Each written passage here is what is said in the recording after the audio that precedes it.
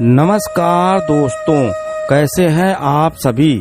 स्वागत है आपका हमारे YouTube चैनल KR हिंदी कहानियाँ में। आज मैं आपको सुनाने जा रहा हूँ बहुत ही सुंदर और रोचक कहानी। आशा करता हूँ यह कहानी आपको पसंद आएगी। आज की कहानी है श्रवण कुमार की कथा। जब राम, लक्ष्मण और सीता का वनगमन हुआ तब महाराज दशरथ पुत्र वियोग में मरणासन स्थिति में आ गए। तब महाराज दशरथ ने महारानी कौशल्या से कहा, कौशल्ये, आज मैं पुत्र वियोग में जिस स्थिति में हूँ इसका मैं स्वयं जिम्मेदार हूँ। यह घटना मेरे विवाह से पूर्व ही है। एक दिन संध्या के समय मैं धनुष बाण ले रथ पर सवार होकर सरयू नदी के तट के किनारे शिकार के लिए जा रहा था। तभी मुझे झाड़ियों के पीछे कुछ आहट सा लगा, जैसे वहाँ कोई शिकार छुपा हुआ हो। मुझे कुछ दिखाई नहीं पड़ रहा था, फिर भी मैंने निशाना साधकर उसको मारने के लिए मैंने तीक्ष्ण शब्द भेदी बाण छोड़ दिया। बाण सीधा लक्ष्य पर जाकर लगा। बाण लगते ही किसी मनुष्य के जल में गिरने के साथ उसके मुख से करुण शब्द निकले, आह, मैं मरा। मुझ निरपराध को किसने और क्यों मारा? हे पिता, हे माता, अब मेरी मृत्यु के पश्चात तुम लोगों की भी बिना जल के प्यासे ही तड़प तड़प कर मृत्यु हो जाएगी।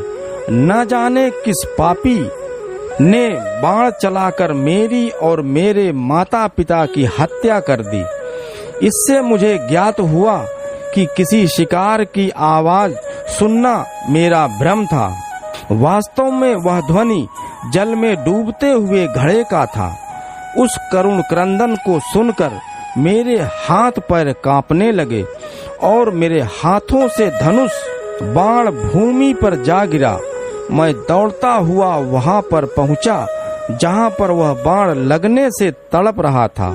मैंने देखा कि एक वनवासी युवक रक्त रंजित पड़ा कराह रहा है और पास ही एक औंधा घड़ा जल में पड़ा है।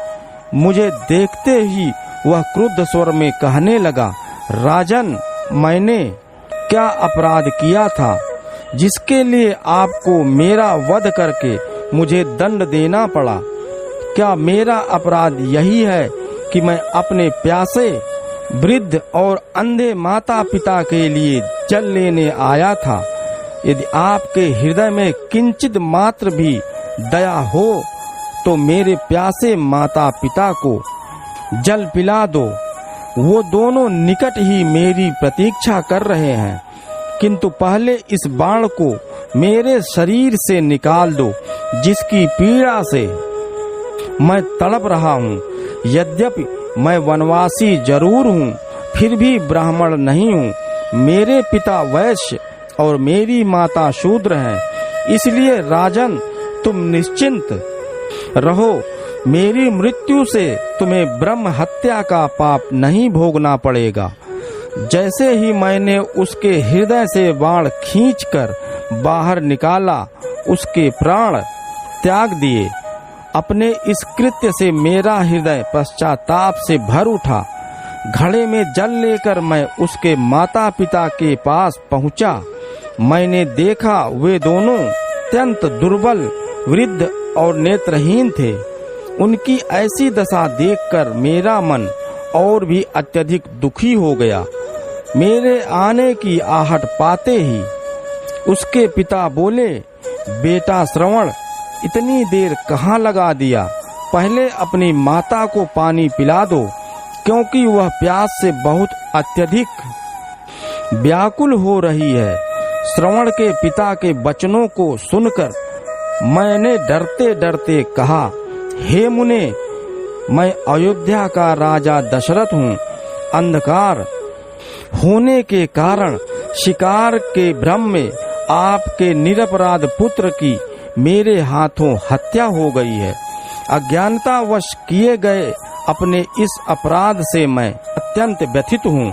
आप जो भी दंड देना चाहें मुझे स्वीकार है।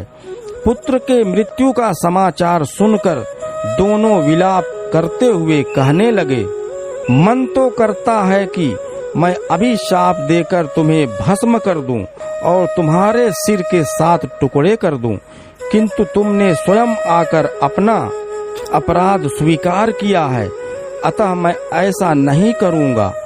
अब तुम हमें हमारे श्रवण के पास ले चलो। श्रवण के पास पहुंचने पर वे उसके मृत शरीर को हाथ से टटोलते हुए हृदय विदारक विलाप करने लगे। अपने पुत्र को उन्होंने जलांजलि दिया और उसके पश्चात वे मुझसे बोले, हे राजन, जिस प्रकार पुत्र वियोग में हमारी मृत्यु हो रही है, उसी प्रकार तुम्हारी मृत्यु भी पुत्र वियोग में घोर कष्ट उठाकर होगी। शाप देने के पश्चात उन्होंने अपने पुत्र की चिता बनवाई और पुत्र के साथ वे दोनों भी स्वयं चिता में बैठकर जलकर भस्म हो गए। कौशल्य, मेरे उस जघन्य अपराध और पाप कर्म का दंड मुझे आज पुत्र वियोग से ही मिला है, जिसका मैं भागीदार और अपराध बोध भी हूँ। कहानी सुनने के लिए धन्यवाद। दोस्तों, कहानी कैसी लगी बताइएगा जरूर। आशा करता हूँ पसंद आई होगी। यदि आप हमारे चैनल पर नए हैं तो चैनल को सब्सक्राइब करें और घंटी वाला बटन जरूर दबाएं, ताकि आप तक आने वाली नई कहानी की नोटिफिकेशन जरूर मिल सके। कहानी अच्छी लगी हो तो लाइक और शेयर करना मत भूलिएगा। मिलते हैं अगली कहानी के साथ। नमस्कार।